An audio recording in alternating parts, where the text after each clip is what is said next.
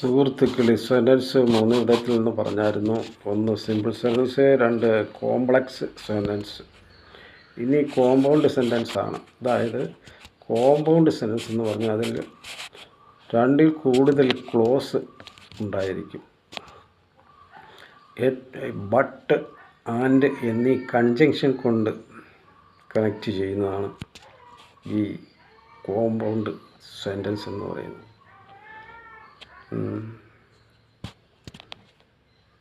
അപ്പോൾ പറഞ്ഞല്ലോ, ഒന്നിൽ കൂടുതൽ ക്ലോസ് എന്ന് പറഞ്ഞാൽ എന്താണെന്ന് നേരത്തെ പറഞ്ഞിരുന്നു. അതായത് സെൻറ്റൻസും ക്ലോസും തമ്മിലുള്ള വ്യത്യാസം. സെൻറ്റൻസ് എന്ന് പറഞ്ഞാൽ പൂർണ്ണമായ അർത്ഥം ഉള്ള വാക്കുകളുടെ കൂട്ടമാണ്. Sentence is a group of words which makes a complete sense എന്ന് പറയും. Not the clause, not complete sense. It may be a number of words. ഇതാണ് ക്ലോസ്. പൂർണ്ണ ആശയമില്ലാത്ത വാക്കുകളുടെ കൂട്ടമാണ്. അതാണ് കോമ്പൗണ്ട് സെൻറ്റൻസ്.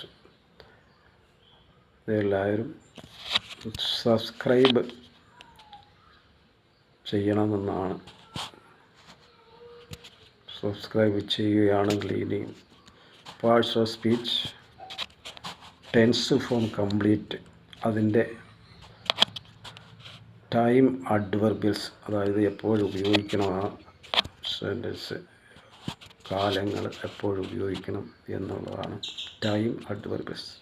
പിന്നെ കോറിലേറ്റീവ്സ് എന്താണെന്ന്, reflexive pronoun, parts of speech, ഇതെല്ലാം പറയുന്നതായിരിക്കും, വീഡിയോ ചെയ്യുന്നതായിരിക്കും. എല്ലാവരും സബ്സ്ക്രൈബ് ചെയ്യുക എൻ്റെ ചാനൽ.